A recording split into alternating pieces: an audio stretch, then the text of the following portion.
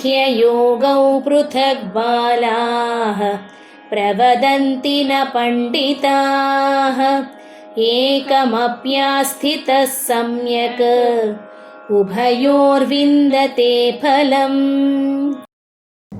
జై శ్రీమన్నారాయణ. బంధువులారా, మీకందరికీ స్వాగతం.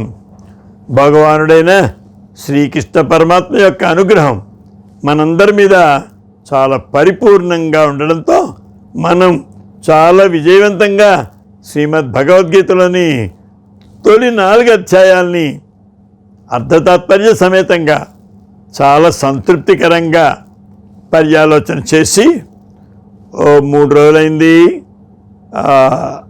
5వ అధ్యాయమైనటువంటి కర్మ సన్యాస యోగాధ్యాయంలోకి ప్రవేశించాం. అప్పుడే 3 శ్లోకాల్ని ఇందులో కూడా అర్ధతాత్పర్య సమేతంగా పర్యాలోచన చేశాం. ఈ సందర్భంగా మా ఈ మధువనం ఛానల్ తరపున మా ప్రేక్షక మహాశయులందరికీ కృతజ్ఞతాభివందనాలు తెలియచేసుకుంటున్నాం. ఈ 5వ అధ్యాయంలోని ప్రారంభంలోనే అర్జునుడు శ్రీకృష్ణ స్వామివారిని, ఓ ఈ శ్రీకృష్ణ, ఒకమారు కర్మ సన్యాసాన్ని, ఇంకొక మారు కర్మయోగాన్ని ప్రశంసిస్తున్నావు. నిశ్చయంగా ఈ రెండిటిలో ఏది యోగ్యమైనదో, ఏది శ్రేయస్కరమైనదో చెప్పవయా అని అడిగాడు. దానికి సమాధానంగా భగవానుడు 2వ శ్లోకంలో ఇలా చెప్పాడు. కర్మ సన్యాసము, కర్మయోగం ఈ 2 కూడా పరమ కళ్యాణదాయకాలేనయా. కానీ ఈ రెండిటిలోనూ కర్మ సన్యాసం కంటే కర్మయోగం సాధన యందు కొంచెం సుకరం, తేలిక అవడం వల్ల దాన్ని శ్రేష్టంగా భావిస్తారు అని చెప్పాడు. ఇది ఈ 2వ శ్లోకం యొక్క భావం.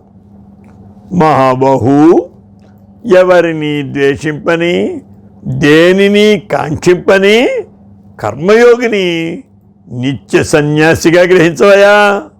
ఎందుకంటే రాగద్వేషాది ద్వంద్వాలని అధిగమించినవాడు చాలా తేలికగా, అవలీలగా సంసార బంధాల నుంచి ముక్తుడవుతాడయా అన్నాడు స్వామి ఇదే అధ్యాయంలోని 3వ శ్లోకంలో. సాధన సౌలభ్యాల కారణం చేత సాంఖ్యయోగం కంటే కర్మయోగం శ్రేష్టమైనదని విశదీకరించాడు పరమాత్మ ఇప్పటిదాకా. ఈ 2 రకాల నిష్టల యొక్క ఫలము కూడా నిశ్రేయసమే. నిశ్రేయసం అంటే పరమపద ప్రాప్తి అని కూడా చెప్పాడు.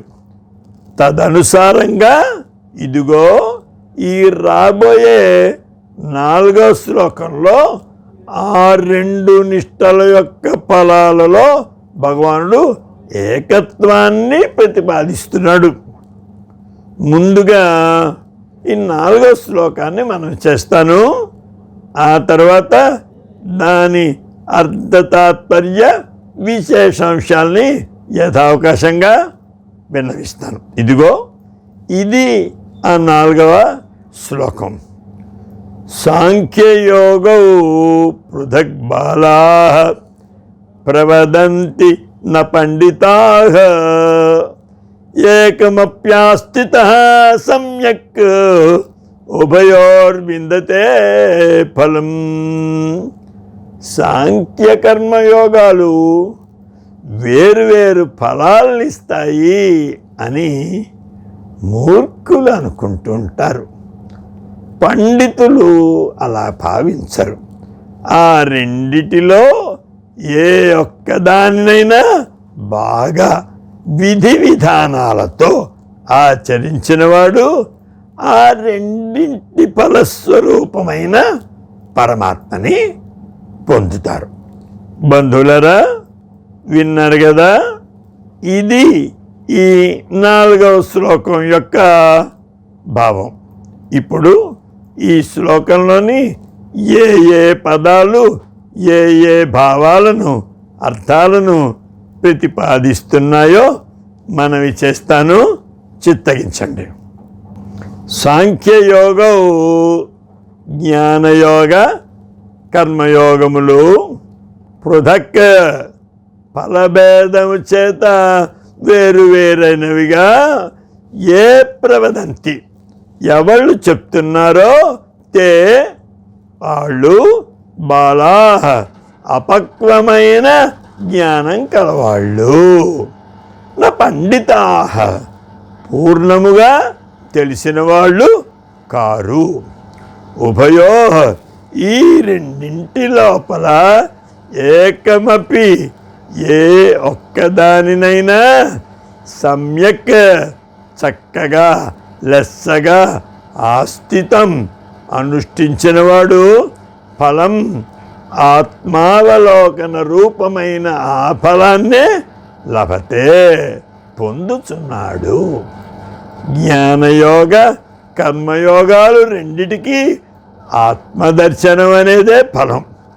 రెండింటికి ఫలం అదే కనుక స్వరూపంలో రెండు వేరువేరుగా కనిపించిన ఫలం విషయంలో మాత్రం ఒకటే.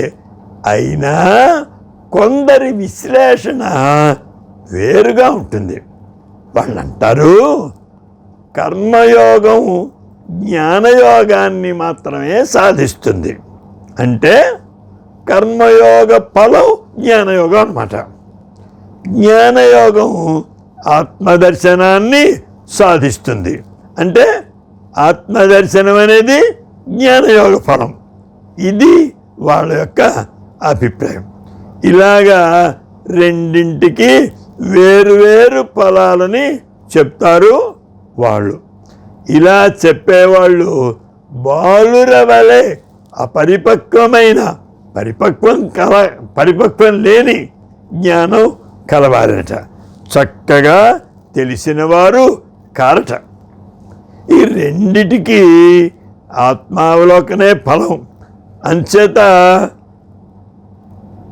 దేన్ని ఆశ్రయించినప్పటికీ ఆత్మావలోకనం అనే ఫలాన్నే సాధకుడు పొందుతున్నాడు. ఇప్పుడు ఈ శ్లోకంలోని మరికొన్ని విశేషాల్ని మనవి చేస్తాను. శ్లోక ప్రారంభంలోనే సాంఖ్యయోగౌ పృథక్ బాలాః అంటే సాంఖ్యయోగ కర్మయోగాలు వేరువేరు అని భావించేవాళ్ళు మూర్ఖులు అనడంలో స్వామి యొక్క అభిప్రాయం ఏంటో చూద్దాం. సాంఖ్యయోగము కర్మయోగము ఈ రెండిటి ఫలములు కూడా పరమార్థతత్వజ్ఞానం ద్వారా పరమపద ప్రాప్తి. రెండిటి ఫలం ఒకటే.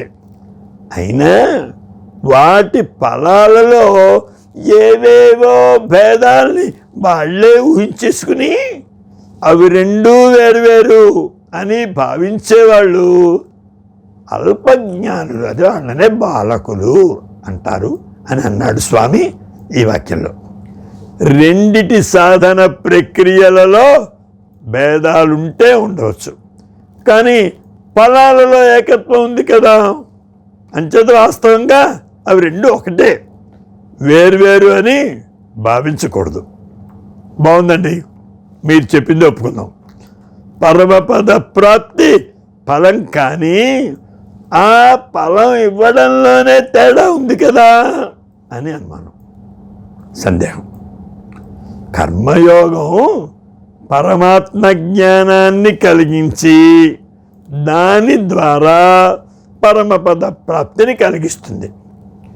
గత అధ్యాయంలో కూడా నహి జ్ఞానేన సదృశం అనే 38వ శ్లోకంలో కర్మయోగం వల్ల అంతఃకరణ శుద్ధి కలిగి తత్వజ్ఞానం తనంతట తనే ప్రాప్తిస్తుంది అని చెప్పాడు కదా. కానీ సాంఖ్యయోగం తానే స్వయంగా తత్వజ్ఞానం కదా. ఈ రెండు ఒకటి సాధనము మరి ఒకటి సాధ్యము కదా. ఉపాయము ఉపేయము, ఉపకరణము పొందవలసిన ఫలము, అవి రెండు ఒకటే అని ఎలా అంటారండయ్యా? కొంచెం తేడా. మరి దీనికి పెద్దలు సమాధానం ఇలా చెప్తారండయ్యా. ఇది చిన్న అపోహ పాలయ్యారు, ఇలా భావించేవాళ్ళు చిన్న అపోహ పాలయ్యారు, చిన్న అపార్థం జరిగింది. సాంఖ్యయోగము అనేది పరమార్థ తత్వజ్ఞానం యొక్క పేరు కాదండయ్యా, అదొక సాధన మార్గం. ఈ మాటని స్వామి 13వ అధ్యాయంలోని 24వ శ్లోకంలో చాలా స్పష్టంగా చెప్పాడు. ఇదొక్కటేనా? ధ్యానయోగము, సాంఖ్యయోగము, కర్మయోగము అనేవి మూడు కూడా ఆత్మదర్శనానికి వేరు స్వతంత్ర సాధనలు అని స్వామి చాలా స్పష్టంగా చెప్పాడు అక్కడ. అంచేత ఎలా అనాలండయ్యా? సాంఖ్యయోగ ఫలము పరమార్థ జ్ఞానం ద్వారా మోక్షప్రాప్తి, అది సాంఖ్యయోగ ఫలం అని చెప్పారు. అలాగే 18వ అధ్యాయంలోని 49వ శ్లోకం నుండి 55వ శ్లోకం దాకా ఒక 6 శ్లోకాల పాటు సాధకులు బ్రహ్మభూతులవడాన్ని వర్ణిస్తూ అందులో బ్రహ్మభూత స్థితిని సాంఖ్యయోగమును పొందిన పిదప దాని ఫలరూపములు అయిన తత్వజ్ఞాన పరాభక్తి, దాని ద్వారా పరమాత్మ స్వరూప యథార్థ జ్ఞానాన్ని పొంది అందులో ప్రవేశిస్తాడు అని చెప్పాడు. అంచేత సాంఖ్యయోగ సాధన వల్ల యథార్థ తత్వజ్ఞానమును పొందిన పిదప మోక్షప్రాప్తి కలుగుతుంది అని స్పష్టమవుతోంది కదా. ఆ తరువాత పండితాన ప్రవదంతి అని ఉంది కదండయ్య. పండితులు అలా చెప్పరు అని కదా దీనికి అర్థం. అసలు పండితులు అని ఎవళ్ళని, ఎట్టివారిని ఉద్దేశించి చెప్పాడండయ్య స్వామి ఇక్కడ? అసలు పండా అంటే ఏమిటిట? పరమార్థ తత్వజ్ఞాన రూప బుద్ధి, ఇది దీని టెక్నికల్ డెఫినేషన్, దీని నిర్వచనం. అలాంటి పండా కలవాడు పండితుడు అంటే, ఇలాంటి బుద్ధి కలవాడు పండితుడు అంటే భగవత్ తత్వజ్ఞానమును సిద్ధించినవాడు అని అర్థం. ఏకమప్యాస్థిత సమ్యక్ ఉభయో విందతే ఫలం అంటే ఆ రెండింటిలో ఏ ఒక్కదానినైనా బాగా ధరించిన వారు ఆ రెండిటి ఫలస్వరూపమైన పరమాత్మని పొందును అని కదండి దీని అర్థం.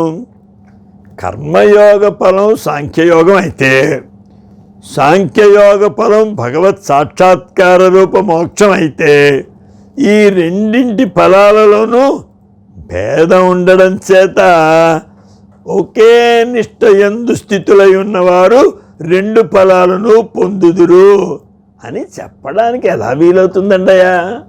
ఇప్పుడు సాంఖ్యయోగమునందు స్థితుడైన వాడు కర్మయోగ ఫలమైన సాంఖ్యయోగమునందు ముందే స్థితుడై ఉంటాడు కదా, అతడు కర్మయోగ ఫలాన్ని పొందినది ఎలా అవుతుందండయ్యా? కుదరదు కదా. అలాగే కర్మయోగ స్థితుడైన వాడు భగవంతుడిని పొందితే అది సాంఖ్యయోగం వల్ల భగవంతుడిని పొందినట్టు అవుతుంది, కానీ కర్మయోగం వల్ల పొందినట్టు అవుతుంది కదా. చేత ఒక నిష్ఠయందు చక్కగా స్థితుడైన వాడు రెండిటి ఫలములను పొందును అని చెప్పడం ఎలా కుదురుతుందండయా? ఈ రెండు నిష్టలు స్వతంత్రాలైనప్పటికీ రెండింటి ఫలితం ఒకటే. భగవంతుడు 13వ అధ్యాయంలోని 24వ శ్లోకంలో కూడా ఇదే మాట చెప్పాడు. ఈ అధ్యాయంలోని మొదటి శ్లోకంలో కర్మ సన్యాసము కర్మయోగములలో తనకు ఏది శ్రేయస్కరము అని అడగ్గా, రెండో శ్లోకంలో స్వామి ఆ రెండూ కళ్యాణకారకాలే అని చెప్పాడు. మరి ఇక్కడ సాంఖ్యము యోగము అని తెలిపి ఈ రెండిటి ఫలము ఒకటే అంటున్నాడు. ఇదేమిటండయా? కర్మ సన్యాసము అంటే కర్మలని భౌతికంగా త్యాగం చేయడం అని, కర్మయోగం అంటే కర్మాచరణం అని లోకులు భ్రమపడకుండా ఆ రెండిటికీ ఉన్న తేడా చూపించడానికే ఈ కర్మ సన్యాసాన్ని సాంఖ్యయోగం అని. సిద్ధి అసిద్ధుల ఎడల అంటే కార్యం సిద్ధించడం సిద్ధించకపోవడం రెండిటి విషయంలోనూ పెద్ద తేడా లేకుండా సమత్వ రూపయోగాన్ని కర్మయోగము అని భగవంతుడు స్పష్టపరిచాడు.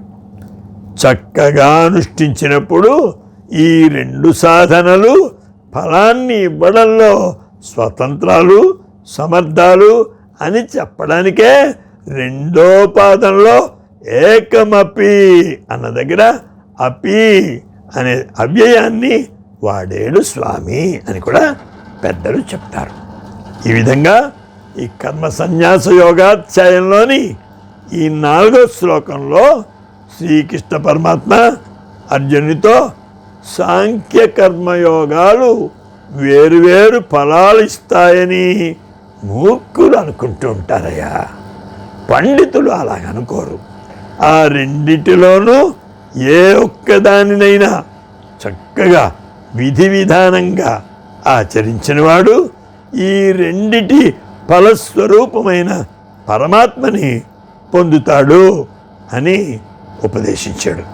బంధువులారా, శ్రీకృష్ణ భగవాన్ యొక్క ఉపదేశ వాక్యాలను వినడంలోని మీ శ్రద్ధాశక్తులకి మిమ్మల్ని ఎంతో అభినందిస్తున్నాము. రేపు మరొక శ్లోకంతో మీ ముందుకు వస్తాము. అంతవరకు సెలవు. జై శ్రీమన్నారాయణ.